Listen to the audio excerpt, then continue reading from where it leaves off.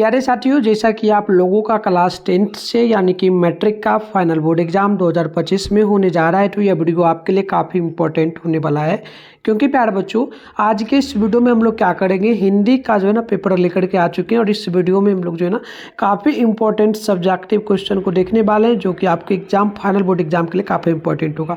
ध्यान रखिएगा, जो आपका हिंदी का एग्जाम होगा प्यारे बच्चों, यह 17 फरवरी के दिन होने जा रहा है। तो आप जो है ना इन सारे क्वेश्चन को याद कर लेना बच्चों, ताकि आप एग्जाम देने जाओगे वहाँ पर यदि ये क्वेश्चन छपता है पेपर में तो आप सीधे सीधे लिख दोगे। ठीक है, चलो जान लेते हैं प्यारे बच्चों। टाइम वगैरह इस चैनल पे कितना बजे, तो शाम में आपका इसी चैनल पे डेली क्लास होता है, शाम में 6 बजे। आप लोग जरूर जुड़ा करिए प्यारे बच्चों। चैनल पे पहली बार चैनल को सब्सक्राइब करके नोटिफिकेशन को ऑल पे प्रेस करिए, ताकि शाम में 6 बजे आप जुड़ पाएंगे नोटिफिकेशन के माध्यम से। इसके अलावा इस नंबर पर आप लोग मैसेज करके व्हाट्सएप ग्रुप ज्वाइन कर लीजिए। 98 355 16 710 पर आपको अपना नेम, जिला का नेम, क्लास 10th लिख के भेजना है, हम आपको ग्रुप में भी ऐड कर देंगे। चलिए आगे बढ़ते हैं बच्चों। टाइम वगैरह की बात करते हैं तो टाइम 3 घंटा 15 मिनट का आपको मिलेगा। 100 मार्क्स का टोटल जो एग्जाम होगा बच्चों। ठीक है, ये आपके परीक्षा से संबंधित सारा का सारा निर्देश है, आप इसको पढ़ना चाहे तो पढ़ लीजिएगा। ठीक है, चलिए आप लोग ज़्यादा से ज़्यादा वीडियो को शेयर करिए और इस क्लास को स्टार्ट करते हैं। आगे हम इसका PDF आप कहाँ से डाउनलोड कर पाएंगे, ये सारा चीज़ हम आपको सिखा देंगे, तो आप वहाँ से अच्छे से डाउनलोड करिएगा। तो चलिए बच्चों फटाफट से क्लास को स्टार्ट करते हैं। कह सकते हो गैस क्वेश्चन आपके एग्जाम में 100% आएगा, गारंटी के साथ बता रहा हूँ। आपको सारे क्वेश्चन को जो है ना रट लेना है। तो चलिए पहला नंबर क्वेश्चन जो बोला गया, ये प्रश्न आप लोग देखिएगा, बोला जा रहा है कि भारत में जो है ना जाति प्रथा भारत में बेरोजगारी का एक प्रत्यक्ष और प्रमुख जो है ना कारण कैसे बनी हुई है। तो इसका उत्तर आप लोग देख लीजिएगा। देखिएगा, यह हम वास्तविक रूप से कह सकते हैं कि जाति प्रथा भारत में बेरोजगारी का एक प्रमुख और प्रत्यक्ष कारण माना जाता है। चूंकि मानव जिस जाति में जन्म लेता होता है, वह अपने माता पिता के पेशे के अनुसार ही जीवन भर के लिए उसी पेशे में बंध जाता है ना। उसके बाद वह मनपसंद कार्य करना चाहता है परंतु नहीं कर पाता है, जिससे अपने समाज और देश का विकास नहीं कर पाता है। हिंदू धर्म में जाति प्रथा के तहत पेशा बदलने की अनुमति नहीं दी जाती है। तो इस प्रकार से पहला नंबर क्वेश्चन का उत्तर होगा। आगे बढ़ेंगे तो नेक्स्ट क्वेश्चन आपके सामने 2 नंबर बोला जा रहा है। 2 नंबर क्वेश्चन है कि आपकी दृष्टि में विश्व के दांत शीर्षक कहानी का नायक कौन है। तो उत्तर होगा हम लोगों की नज़र में कहानी का नायक मदन है। चूंकि लेखक का कहना है कि जो बुराई का अंत करता है उसे ही नायक माना जाता है। एक दिन की बात है जब मदन कुछ जो ना आवारागर्द छोकरों के साथ लट्टू नचा रहा था। उसी मैदान में खोखा आकर कहता है कि लट्टू हम भी खेलेंगे। जब उसे मैदान जो ना मदन के द्वारा मना कर दिया जाता है तो 4 घूसा खोखा को जमा देता है। उसके बाद मदन ने भी कासू के दांत तोड़ डाले। तो मदन एक ईमानदार और स्वाभिमानी बालक था, अतः कहानी का नायक मदन ही होना चाहिए। तो इस प्रकार से उत्तर होगा। आगे बढ़ेंगे तो नेक्स्ट क्वेश्चन जो है 3 नंबर बोला गया। 3 नंबर क्वेश्चन है, लेखक मैक्स मुरल के दृष्टि से सच्चे भारत का दर्शन कहाँ हो सकता है और क्यों।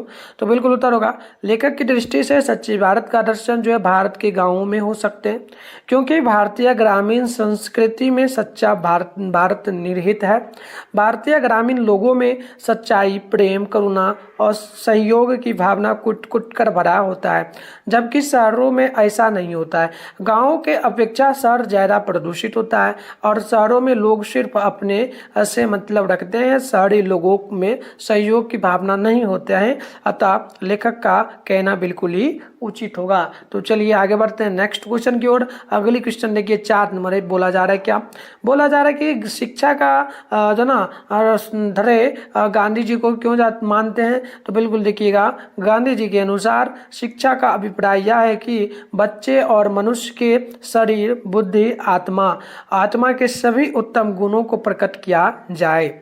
पढ़ना लिखना तो शिक्षा का अंत नहीं है, वह आदि भी नहीं है। इसलिए गांधी जी कहते हैं कि बच्चों को कोई उपयोगी दस्तकारी सिखाई जाए और जिस क्षण से वह अपनी तालीम शुरू करे उसी क्षण से उसी क्षण उसे उत्पादन का काम करने योग्य बना दिया जाए। कहने का अर्थ हुआ कि पढ़ाई करना जरूरी है, लेकिन पढ़ाई के साथ में आपको कोई भी काम अगर शुरू करना है तो बिल्कुल आप उसमें तुरंत जो है अर्निंग वगैरह करना शुरू कर दो, पैसे कमाना। गांधी जी का यही कहना था, तो आपको याद रखना है। आगे बढ़ेंगे, नेक्स्ट क्वेश्चन हो जाता है आपका 5 नंबर बोला गया प्रश्न की बताइएगा, बताना है कि जो ना संदाल लवाता किसका गिर आएगा और क्यों। ये एक क्वेश्चन है। इसी में एक और बनता है कि मेरे बिना तुम प्रभु शीर्षक पाठ के आधार पे आपको लिखना है, इस लाइन का अर्थ आप लोगों को बताना है। तो बिल्कुल देखिए, कवि के अनुसार भगत जो ना भागवत महिमा पाठ जो ना भागवत महिमा पाठ की आस्था में निहित होता है। भक्त चूंकि भगवान का जो ना दृष्ट आधार होता है, यानी कि जो भगत है वो भगवान की पूजा करते हैं और अपनी दृष्टि से उनको आंखों से देखते हैं। लेकिन जब भक्ति रूपी आधार जो ना भक्त रूपी आधार ही नहीं होगा, आधार नहीं होगा, तो भगवान की पहचान भी मिट जाएगी। भगवान का लवादा अथवा जो ना नाम पहचान सब चूंकि गिर जाएगा। तो इस प्रकार से आपको याद रखना, बिल्कुल आपके एग्जाम में आएगा, आपको इन सारे क्वेश्चन को याद कर लेना है। याद करके आपको जो है ना एकदम एग्जाम के टाइम में जाना है इन सभी क्वेश्चन को। चलिए, क्वेश्चन नंबर 6 आपका होता है कि कवि जीवनानंद दास अगले जन्म में अपने मनुष्य होने में क्यों संदेह करता है, इसका कारण क्या हो सकता है। तो उत्तर होगा, भारतीय समाज में यह मान्यता है कि जीवों की 84 लाख योनियां हैं, यानी जीवों की लगभग 84 लाख योनियां हैं और मनुष्य जो ना योनि अच्छे कर्मों के बाद ही केवल एक बार ही मिलता है। इसीलिए कभी अगले जन्म में मनुष्य होने में संदेह करता है। आगे बढ़ेंगे तो नेक्स्ट क्वेश्चन यहाँ पर है 7 नंबर। ये बोला कि बेटे के आंसू कब आते हैं और क्यों। अक्षर ज्ञान शीर्षक पाठ कविता के आधार पर उत्तर दें। टोटल होगा, सीखने के क्रम में बार बार प्रयास करने पर भी जब बालक विफल हो जाता है तो पहली विफलता पर आंसू आ जाते हैं, क्योंकि कठिनतम प्रयास के बाद विफल होना कष्टदायी स्थिति उत्पन्न करता है। आगे बढ़ेंगे, नेक्स्ट क्वेश्चन हो जाता है हमारा 8 नंबर।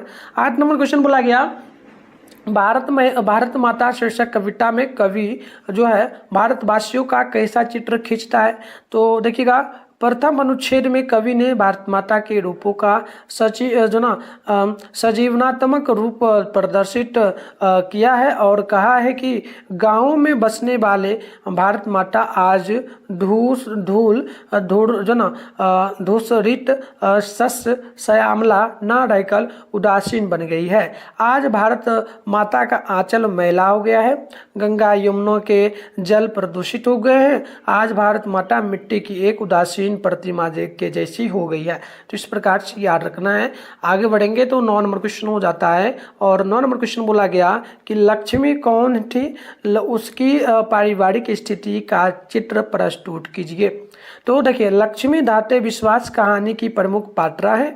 उसका पति लक्ष्मण जो ना कलकत्ता में नौकरी करता है। पति के द्वारा प्राप्त राशि से उसका घर परिवार नहीं चलता है, तो वह तहसीलदार साहब के घर पर छोटे मोटे काम करके किसी तरह जीवन यापन कर लेती है।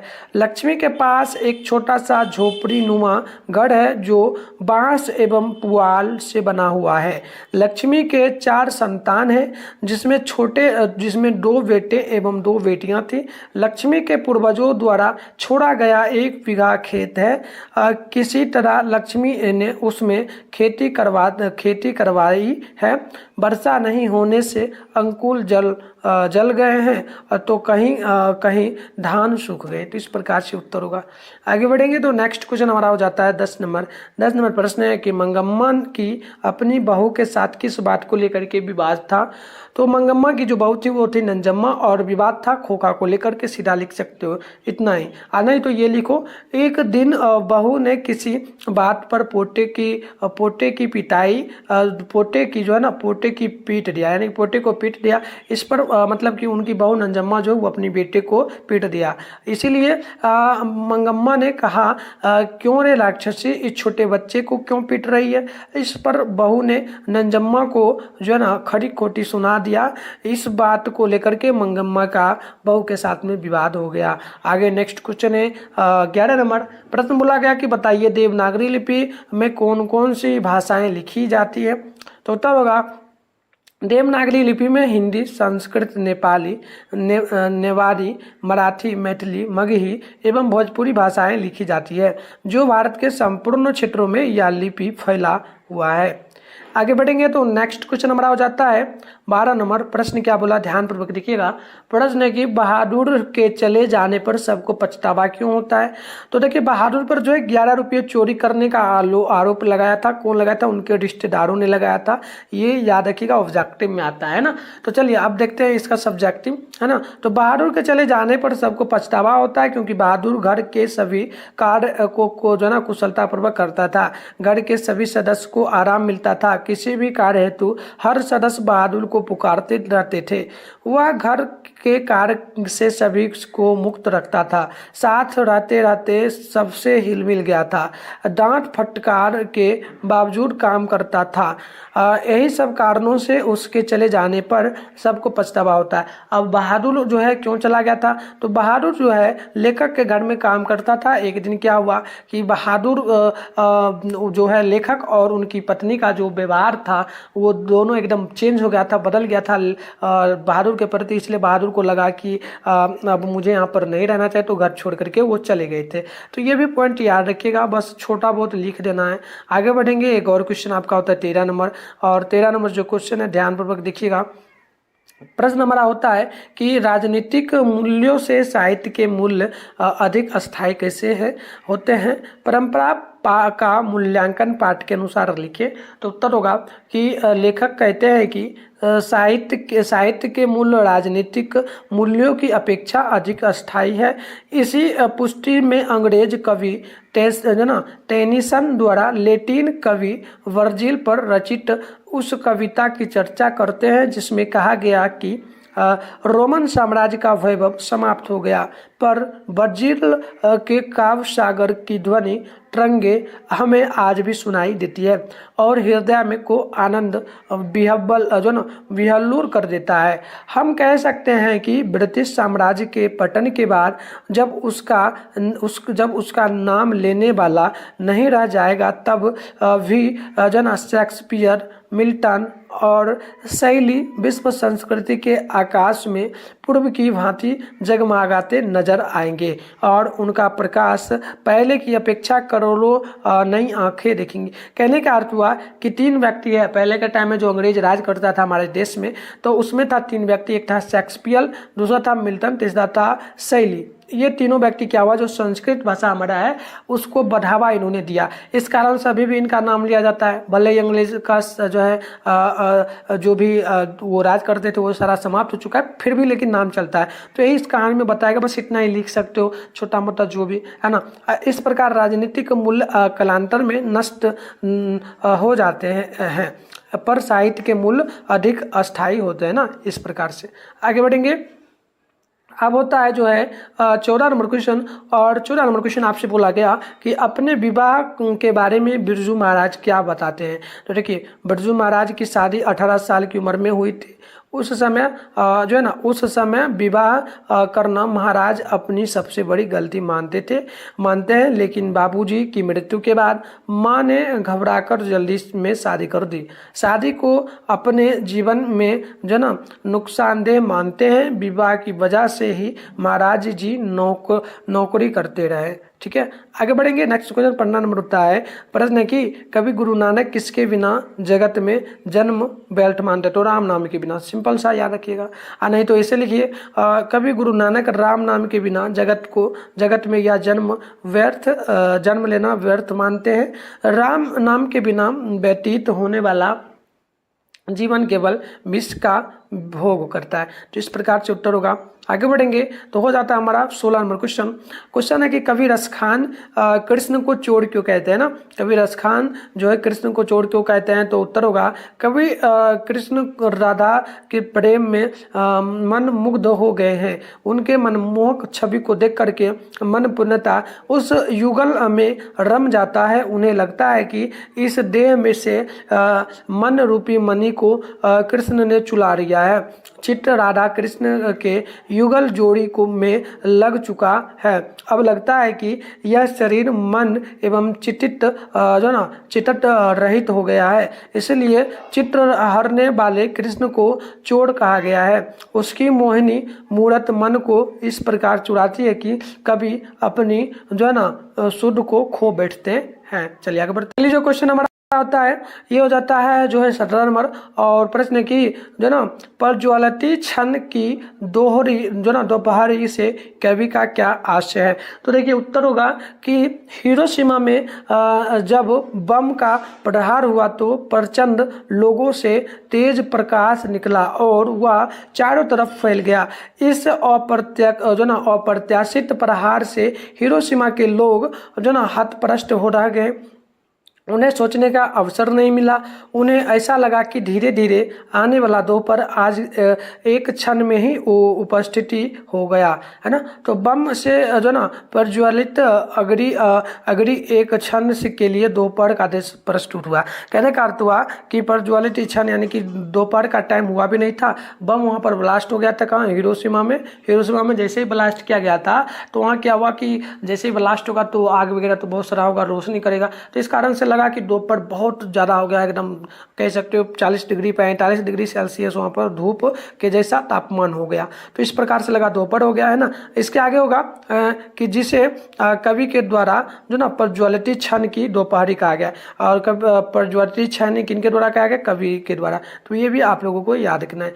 आगे बढ़ेंगे तो हमारा हो जाता है 18 नंबर क्वेश्चन। 18 नंबर है कि कवि रेरन मारिया लिख के किसको जो है ना किसको कैसा सुख देते हैं, तो कवि कहते हैं कि भक्त भगवान की कृपा दृष्टि की जो ना सस्या है। कवि कहते हैं कि नरम कपोलों पर जब भगवान की कृपा दृष्टि विश्राम लेती है तब भगवान को सुख मिलता है, आनंद मिलता है, अर्थात भक्त भगवान को का कृपा पात्र होता है और भक्त रूपी पात्र से भगवान भी सुखी होते हैं। तो इस प्रकार से इस क्वेश्चन का उत्तर हो जाएगा। आगे बढ़ेंगे तो नेक्स्ट क्वेश्चन हमारा हो जाता है 19 नंबर क्वेश्चन है कि कासू और मदन के बीच झगड़े का कारण क्या था, तो साहित्य की हिंदी साहित्य के महान नकेलवादी लेखक नलिन बिलोचन शर्मा का कहना है कि मदन और कासू के बीच झगड़े का मूल कारण लट्टू का खेल को माना जाता है, क्योंकि मदन को जब ड्राइवर के द्वारा गाली नहीं छूने दिया जाता है गया था तथा उसे धकेल दिया गया, इस बात को लेकर के मदन ने कासू को लट्टू खेलने से इनकार कर दिया, जिससे कासू और मदन के बीच में झगड़ा होने लगा। चलिए आगे हम लोग बढ़ेंगे तो नेक्स्ट क्वेश्चन, अगली क्वेश्चन हमारा हो जाता है जो है ना 20 नंबर प्रश्न होगा कि नृत्य की शिक्षा के लिए पहल बिरजू महाराज किस संस्था से जुड़े और वहाँ किनके संपर्क में आए, तो उत्तर होगा नृत्य की शिक्षा के लिए पहले पर बिरजू महाराज निर्मला जी के स्कूल दिल्ली में हिंदुस्तानी डांस म्यूजिक से जुड़े। निर्मला जी का एक स्कूल था है ना, उनका स्कूल का नाम क्या था? हिंदुस्तानी डांस म्यूजिक, तो उसमें जुड़े। वहाँ के कपिल जी, लीला कृपलानी आदि के संपर्क में आए, तो इस प्रकार से उत्तर हो जाएगा। आगे बढ़ेंगे, एक और क्वेश्चन आपका हो जाता है 21 नंबर प्रश्न होगा कि गांधी जी की बढ़िया शिक्षा किसे कहते हैं, तो गांधी जी के अनुसार अहिंसक प्रतिरोध सबसे उत्तम और बढ़िया शिक्षा है। वह बच्चों को मिलने वाली साधारण अक्षर ज्ञान के बाद नहीं पहले होनी चाहिए। शिक्षा का जरूरी अंग यह होना चाहिए कि बालक जीवन को संग्राम में प्रेम से, घृणा, सत्य से और सत्य को कष्ट सहन में, हिंसा को आसानी के साथ जीतना सीखे, है ना। आगे बढ़ेंगे, नेक्स्ट क्वेश्चन हमारा हो जाता है 22 नंबर क्वेश्चन होगा कि कवि की दृष्टि में आज देवता कौन है और कहाँ मिलेंगे। तो उत्तर होगा कवि की दृष्टि में आप के देवता कठोर परिश्रम करने वाले मजदूर और किसान हैं। वे पत्थर तोड़ते हुए सड़क पर या खेत खलिहानों में काम करते हुए मिलेंगे। किसान ही भारत के मेरुदंड हैं।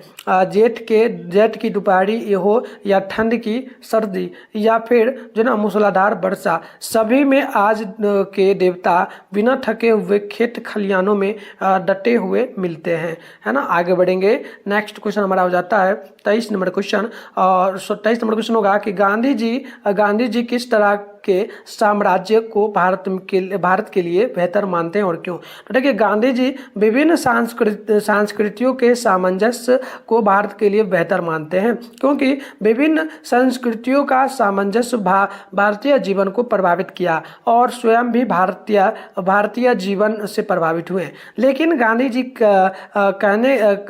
कहते हैं कि सामंजस्य जो ना कुदरती तौर पर स्वदेशी ढंग का होना होगा, और साथ में जिसमें प्रत्येक संस्कृति के लिए अपना उचित स्थान सुरक्षित होगा। तो इस प्रकार से उत्तर होगा। आगे बढ़ेंगे, क्वेश्चन नंबर 24 होगा। 24 नंबर क्वेश्चन है कि हिरोशिमा में मनुष्य की क्या साखी के रूप में है। हिरोशिमा में मनुष्य की साखी के रूप में क्या है। तो उत्तर होगा आज भी हिरोशिमा में साक्षी के रूप में जो है, अर्थात साक्षी का अर्थ होता है परमाणु के रूप में जहाँ तहाँ जले हुए पत्थर दीवार पड़ी हुई है, क्योंकि वहाँ पर बम ब्लास्ट हुआ था ना, और यहाँ बम नहीं मिसाइल ब्लास्ट हुआ था, ये भी याद रखना। यहाँ तक कि पत्थरों पर टूटी फूटी सड़कें पर घर की दीवारों पर लाश के निशान छाया के रूप में साक्षी है। मतलब आज भी आप जाओगे हिरोशिमा कभी घूमने के लिए, तो वहाँ पर देखोगे इस तरह का माहौल आपको दिखेगा, है ना। आगे बढ़ेंगे, नेक्स्ट क्वेश्चन हमारा हो जाता है 25 नंबर। और 25 नंबर क्वेश्चन है कि बोला जा रहा है कि शिक्षा का धैर्य गांधी जी क्यों मानते हैं और क्यों। ये तो मैंने आपको बता ही दिया ना, कठिनात्मक आसानी से सौंपा जा सके। चलिए देख लीजिएगा, ये फिर से बता दूं। गांधी जी शिक्षा का धैर्य चरित्र निर्माण को मानते हैं। उनके विचार माध्यम से मनुष्य का में साहस, शिक्षा के बल, सदाचार जैसे गुणों का विकास होना चाहिए, क्योंकि चरित्र निर्माण होने से सामाजिक उत्थान स्वयं होगा। साहसी और सदाचारी व्यक्ति के हाथों में समाज के संगठना का काम आसानी से सौंपा जा सकता है। तो इस प्रकार से उत्तर होगा। हम लोग प्यारे बच्चों और भी करेंगे क्वेश्चन, है ना। क्वेश्चन हमारे पास बहुत सारा है, ठीक है। ये सारा क्वेश्चन को हम लोग नेक्स्ट वीडियो में कवर करेंगे। आप लोगों से एक ही रिक्वेस्ट रहेगा कि चैनल को ना सब्सक्राइब कर लेना, नोटिफिकेशन को सब्सक्राइब करके ऑल पे जरूर प्रेस कर लेना। इस नंबर पर मैसेज करके व्हाट्सएप ग्रुप वगैरह जरूर ज्वाइन कर लेना। 98-355-16-710 पर आपको अपना नेम, जिला ग्राम, क्लास 10 लिख के भेजना है, ठीक है। और इसका पीडीएफ वगैरह और भी कहाँ मिलेगा, वायरल पेपर जो है वो कुछ ही दिनों में आपको जो ना गूगल पे जाओगे तो मिथुन स्टडी सेंटर सर्च करके वहाँ पर क्लास 10 के सेशन से जाकर के डाउनलोड कर सकते हो। नेक्स्ट क्लास में आपको सबसे पहले आप लोग क्या करेंगे, अपने फोन में गूगल को ओपन करके सर्च बार का आइकन पे क्लिक कर लीजिए। क्लिक करने के बाद अभी आप इस चैनल पे जो वीडियो देख रहे हो, चैनल का नाम है मिथुन स्टडी सेंटर।